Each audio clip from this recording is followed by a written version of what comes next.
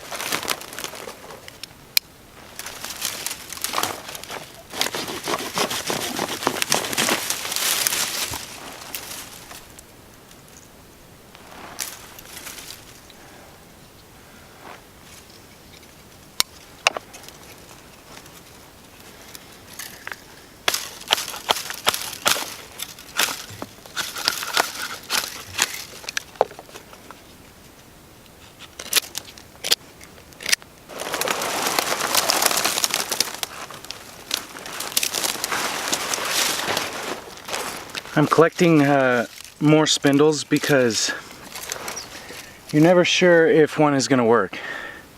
So as I've been walking, as I see good specimens, good subjects that might work for a spindle, I'm collecting them.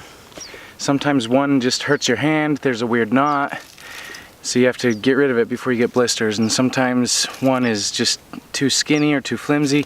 So I collect a few so that I can have options. If one doesn't work, I can try another one. As I'm hiking, I'm looking for a good place. There we go. A good place to set up camp. And out here in the Sonoran Desert, there aren't many big trees. The big tree out here, at least in this immediate area, is the Palo Verde. And they're everywhere, but they are sparse. So it's hard to find like two trees that are close enough together to string up a ridgeline. But this is where I made my video with my son Calvin, where we cooked the oatmeal. And it's pretty decent. We've got this Palo Verde tree right here, and then I can string off to this kind of bush, and I can put a ridgeline up right there and make either a lean-to shelter or some sort of configuration with my tarp. I'm not sure what will work best yet for this area, but I'm gonna see. Most likely a lean-to. These trees, as you can see, They don't have very much leaf cover. They hardly have any leaves at all right now.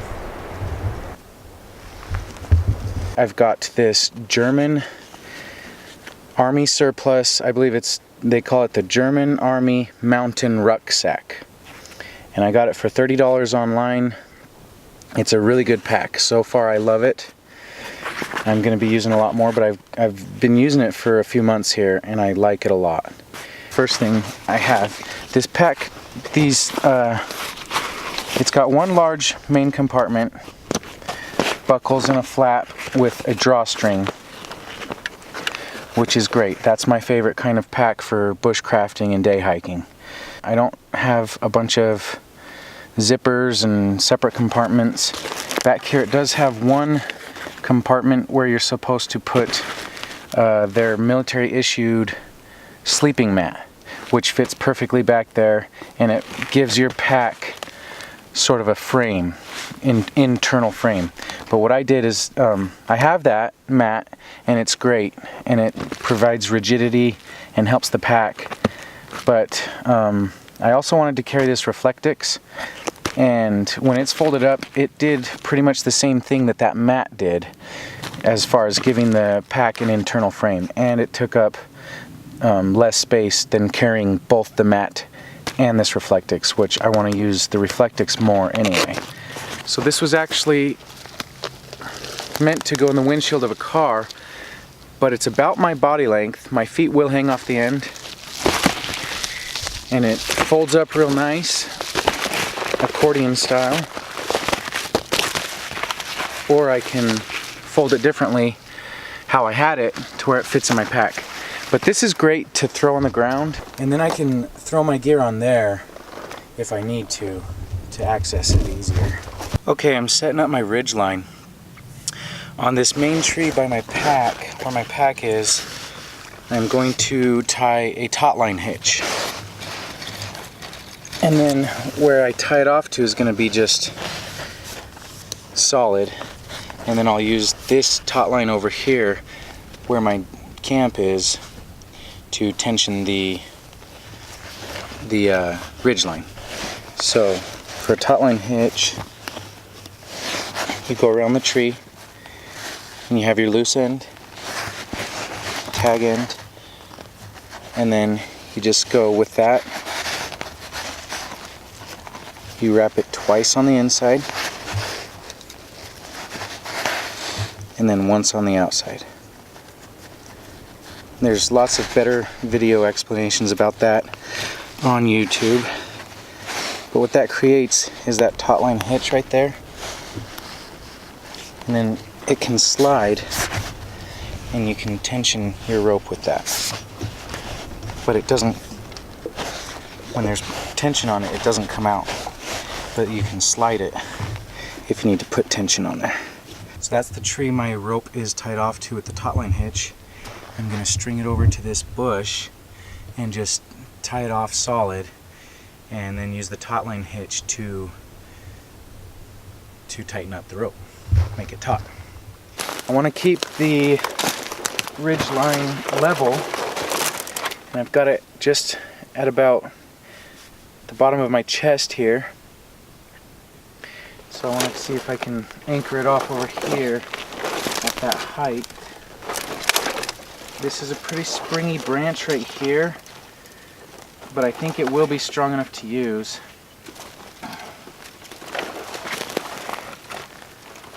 Just something that I can easily undo if I want to take the shelter down, but it is tight on there.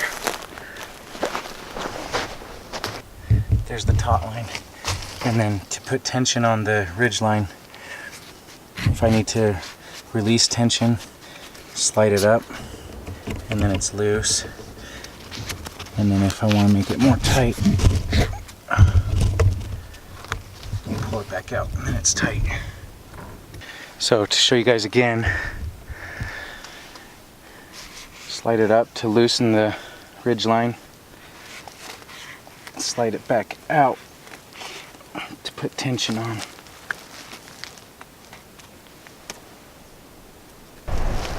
Now I'm going to make some toggles to use with my tarp. Gonna need some paracord for that.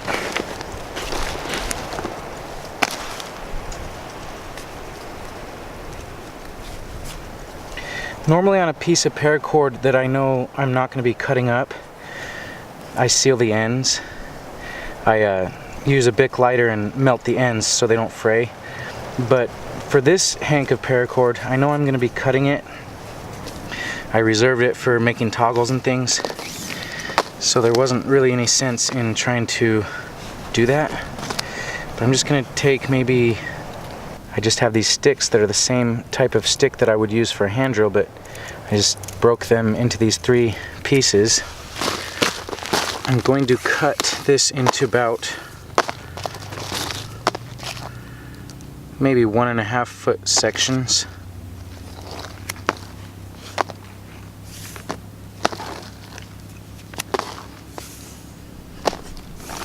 Somewhere in there between 1 foot and 2 feet.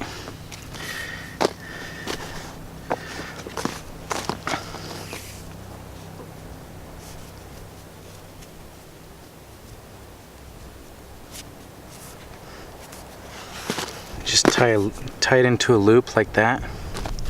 Just lay your loop out like that. Lay your toggle over it. Pull this end, the knot end, through that loop.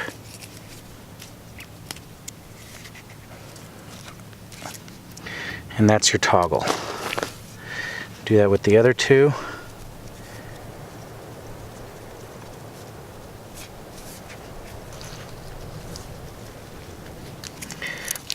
And those are my toggles. And then I'm going to use these toggles with a prusik knot on the ridge line to get my lean-to tarp up. Okay, so I'm actually going to change the configuration of the knot on the toggle. I want this knot end up where the stick is. So I'm just going to take it off and do the same thing I had, but just use the knot end where the stick is. Feed this other end through there. Pull tight, cinch down. And that's the same exact thing, just got this knot up here. Get your toggle, feed it through once, twice,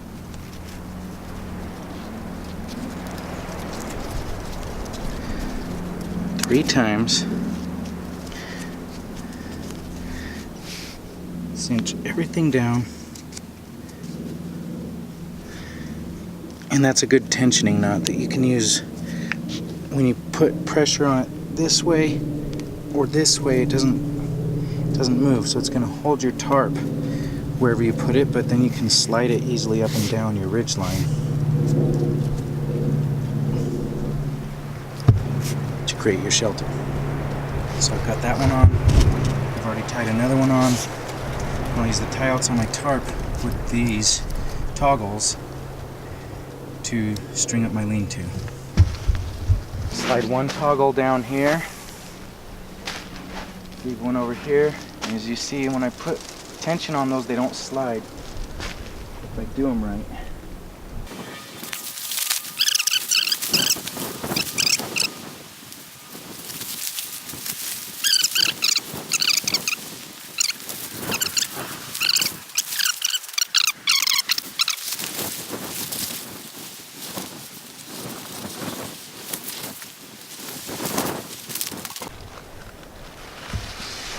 Okay, so what I'm doing is got that stake I made, sharpen one end.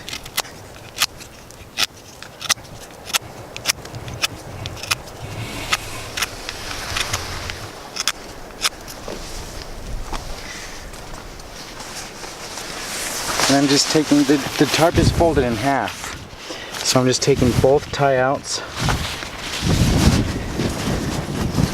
Gonna feed that stake through both of them. Pull it back here tight.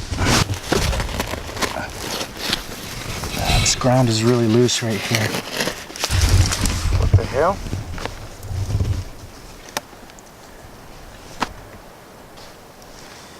This ground is too loose to stake into. My stake wasn't holding, so I'm just gonna get some paracord and tie off to that tree root right there, and that should hold me just fine. Okay, so there's the tarp shelter. It's fairly small because I folded my tarp in half. I didn't have a big enough space to use the full 10 by 10 and actually make like a bigger Adirondack style shelter or anything, which I don't need anyway. I just need a lean-to to keep the shade off of me. Okay, for the friction fire, I collected that piece of saguaro rib, that bundle of grass that I shoved in my pocket, which is going to be the bird's nest, and then a bunch of these different spindles off that bush I showed. I'm going to try to find the best one, use it, and then I have the others as backups in case it does not work.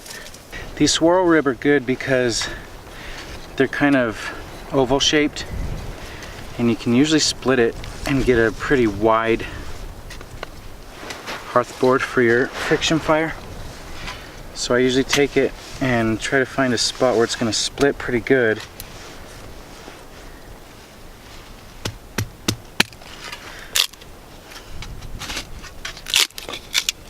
It'll usually split down the middle really good.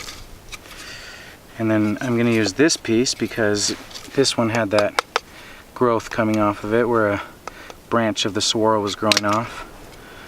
And this piece is great. So I'm going to carve down the back slightly just to flatten it out.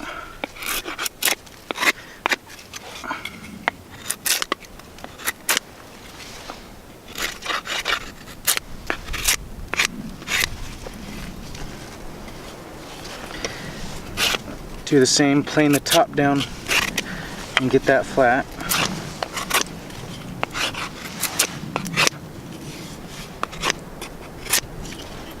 Just get rid of all that stuff. When I split it, it was a little rough. Now I'm just smoothing it down. Then that's good for now. Next thing I want to do is get the piece I'm going to use for a spindle and start working on that. I want maybe 2 feet on a spindle, maybe a little more. Just break it. And I want something that's about pinky thickness. At the top here it's a little thinner than my pinky. So that's going to be my top, because when I'm drilling down I want pressure down. And as it gets fatter it's easier to, that wedge shape, very slight wedge shape, or you know, it goes to a point basically, but you want your fatter end on the bottom with a hand drill basically. And then it's all split on the end here, so I'm going to try to get rid of that.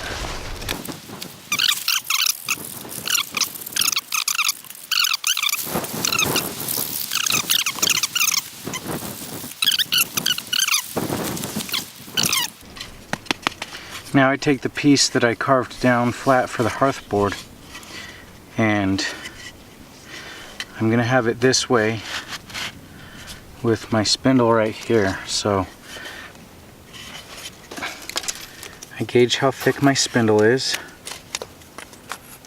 and I want the hole to be a little farther back in the center of where the spindle would be.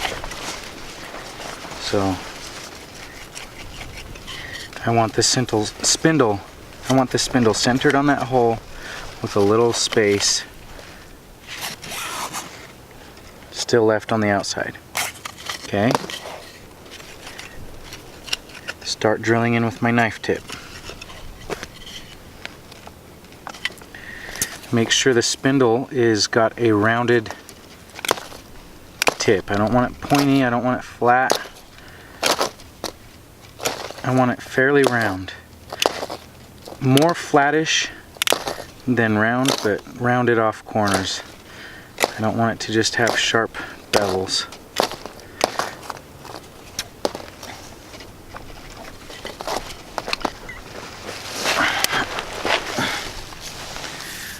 So then I take my spindle, kind of just make sure it's not going to break on me, make sure it's strong enough before I exert all this effort and wasted energy into this spindle. Make sure it's a good enough one. Just kind of put some pressure on it. Seems to be good enough. Put this foot, make sure you have a flat surface, level. I'm gonna put this foot, my toes, or just under my foot back here, pressure on the board. That keeps it in place. Then I have my spindle here. This one's a little bit curvy, but I think it's gonna work. Right now I'm just gonna burn in my hole. I'm not trying to create an ember, I'm just burning in. See, I slipped out.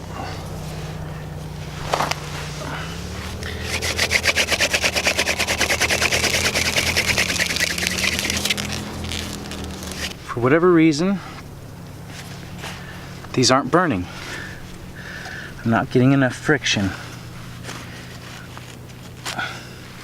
It's starting to smooth this over and glaze it.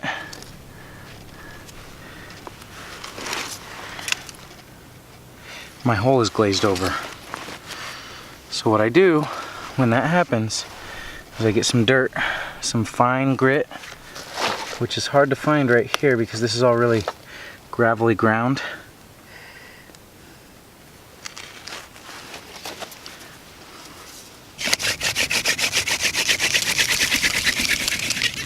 Okay, this spindle, as I get farther down, the top just starts whipping around. And it's a little bit, it's a good length, but I could shorten it a little. So I'm gonna just break that off because it's hindering me. And it's not allowing me to do what I need to do. It's making it so I can't drill all the way down. I can't use my hands all the way down on this spindle. So hopefully that will alleviate some of that problem.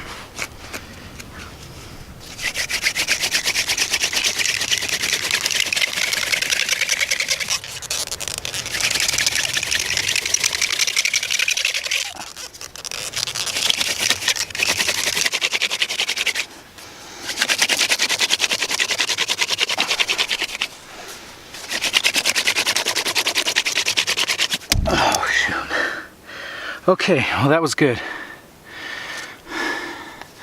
I lost it there, but I actually did start burning in. And that's all I really need to do at this point. Now I'm gonna cut my notch. I'm just gonna cut a V notch out.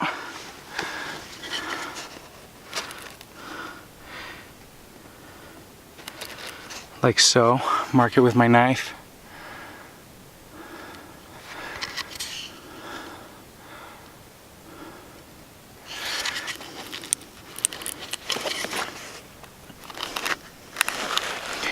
Just kind of score it, and then it chips out.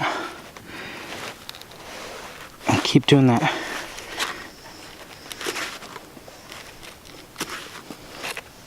On both sides, I just kind of using it like a chisel, my Scandi edged knife. I'll go that side, and then I'll go the other side and chip it out.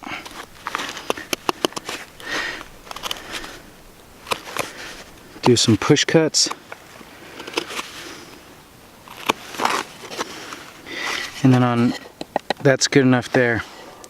On the underneath side, I want to bevel that just so more oxygen can get in there and help any ember that I might create.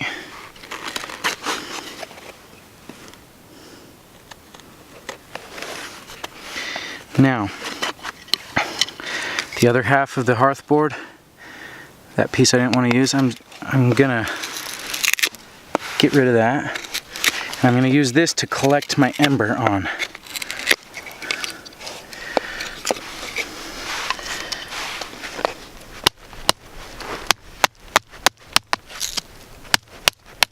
Split that off.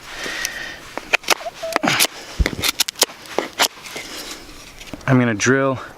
The dust is gonna collect there, create an ember, which I will use this to transfer into my bird's nest over here and blow into flames. Now I've got to make sure I've got a big enough pile of wood, enough kindling, tinder, kindling, small pieces, gradually bigger, to start my fire. Out here in the desert, we have a lot of spiny little branches and things that I can just pick off the trees that are ready to go. So I don't have to process down any firewood or anything. I just have to make sure I have my firewood ready to go so that when I do blow this bird's nest into flame, you know, this isn't going to last very long, it's just grass.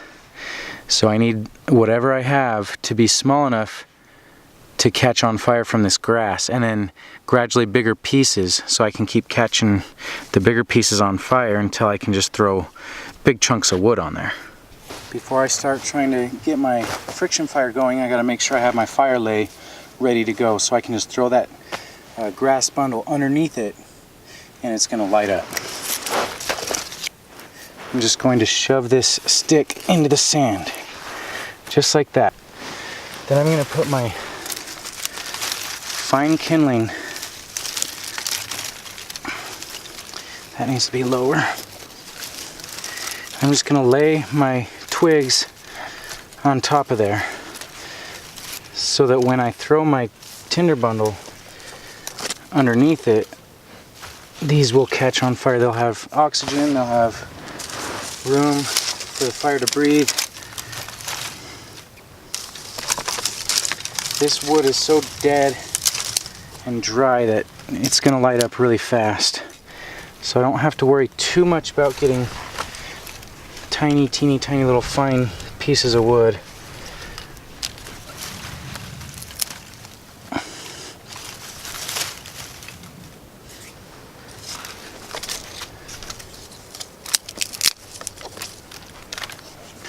Just make sure there's a big enough opening so I can put that bird's nest underneath there. Okay, I'm ready with my fire lay. I've got my bird's nest ready to go. I just need to get an ember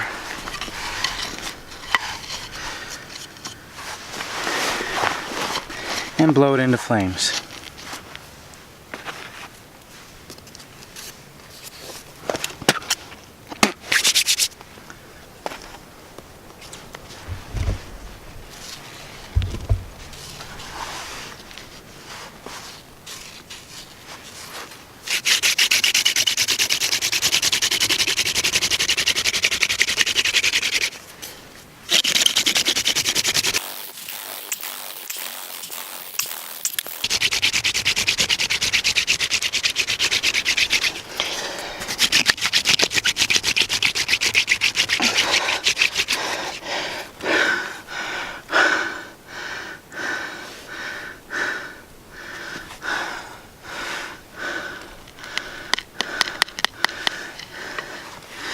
Yes,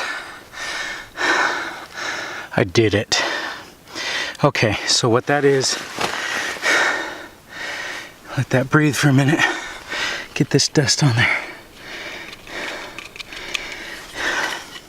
Yeah, that is a successful ember. Guys.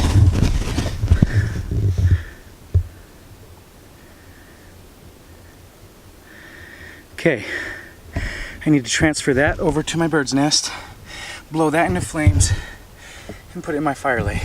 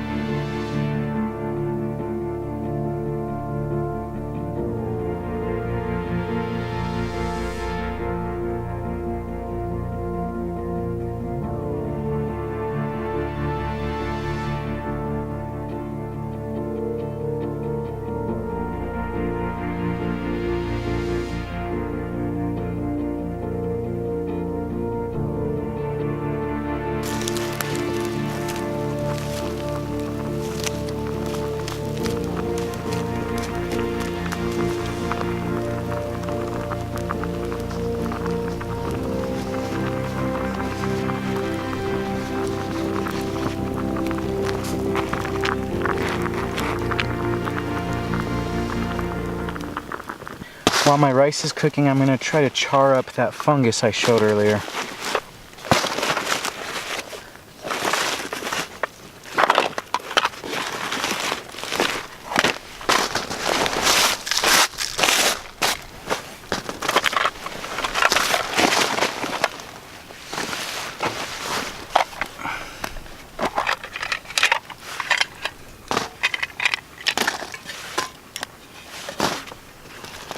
Got to break it down into smaller pieces.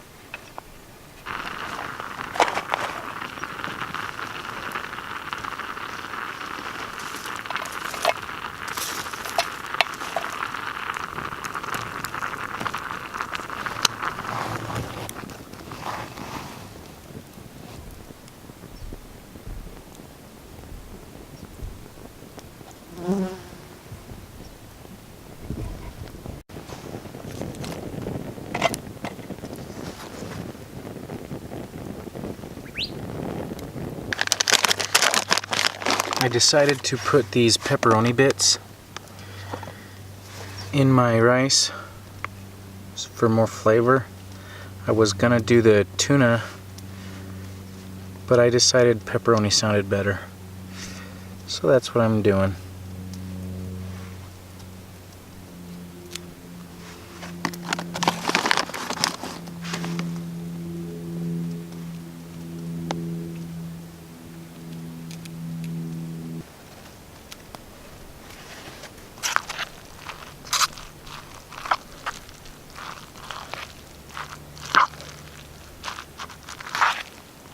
Okay, so the rice is cooked up. I added those pepperoni bits. Chicken flavor rice and pasta with pepperoni. Let's see. Not bad. That's actually pretty good.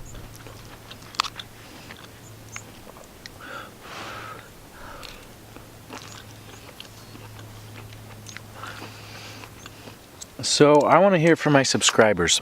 I've had this channel going for 6 years, I think.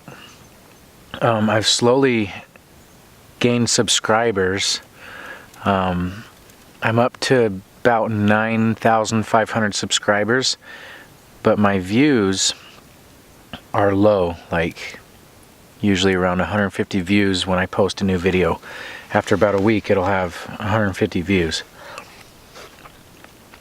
And so I want to hear from you guys. Are you guys getting my videos? When you go onto YouTube, are you seeing my videos in your feed? And I want to know if you've been a long-time subscriber. Just leave me a comment if you want. And let me know if you've been a subscriber for a long time or if you're new, and how you found the channel, or I mean, if you care to, just let me know a little bit about yourself. I want to hear from you guys. I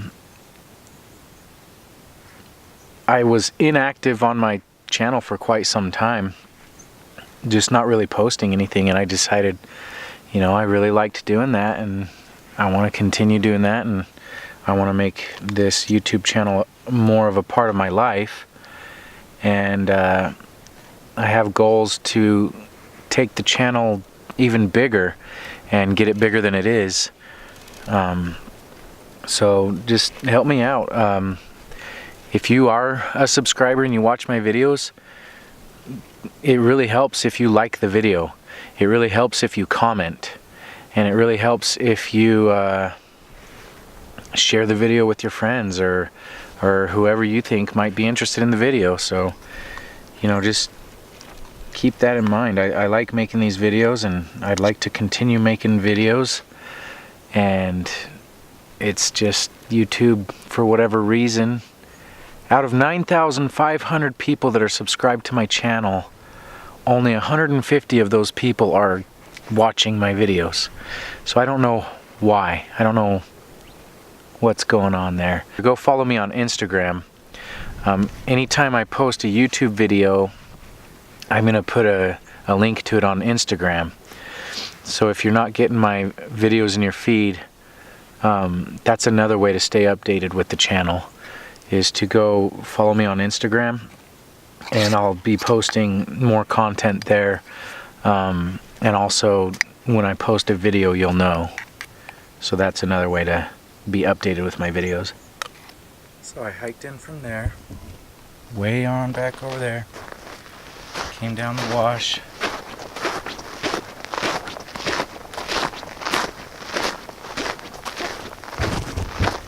found this nice area with a few trees.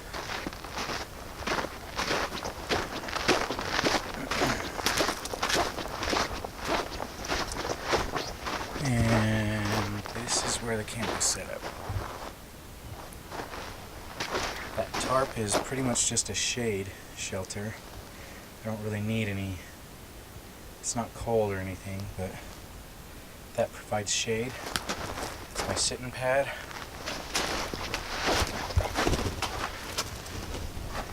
Gear hung up in the tree. Cook kit, I just ate that chicken flavored rice and pasta with the pepperonis put in it. There's my fire and my char tin. Looks like it's just about done. No more smoke coming out the hole. So I'm going to pull that off here, and we'll see if the charred fungus is a good char material for flint and steel.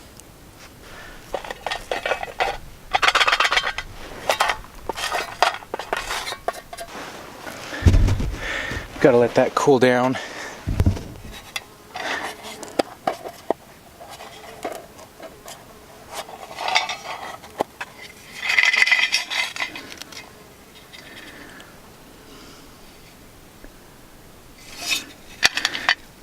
It looks like it worked.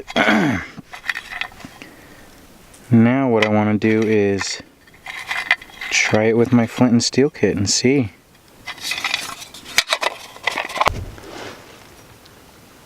Here's a piece of that fungus that I charred. Here's my flint and steel kit.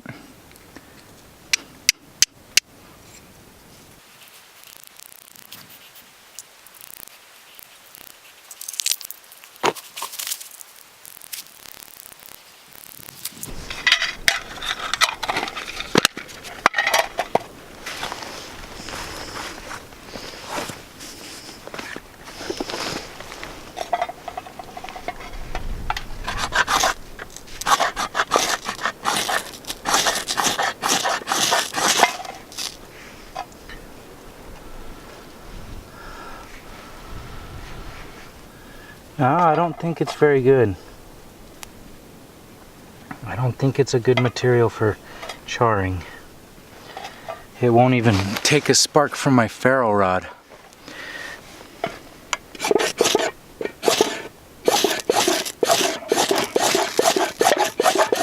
See, it'll take a spark,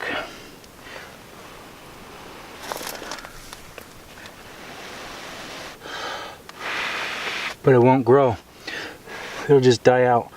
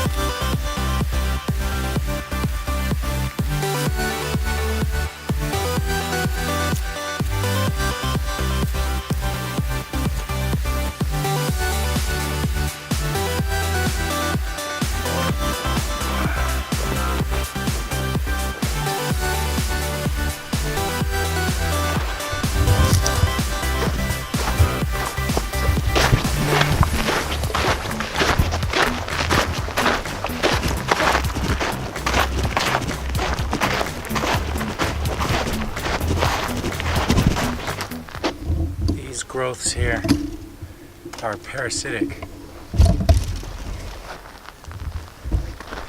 When I was in Boy Scouts, I was told that's mistletoe.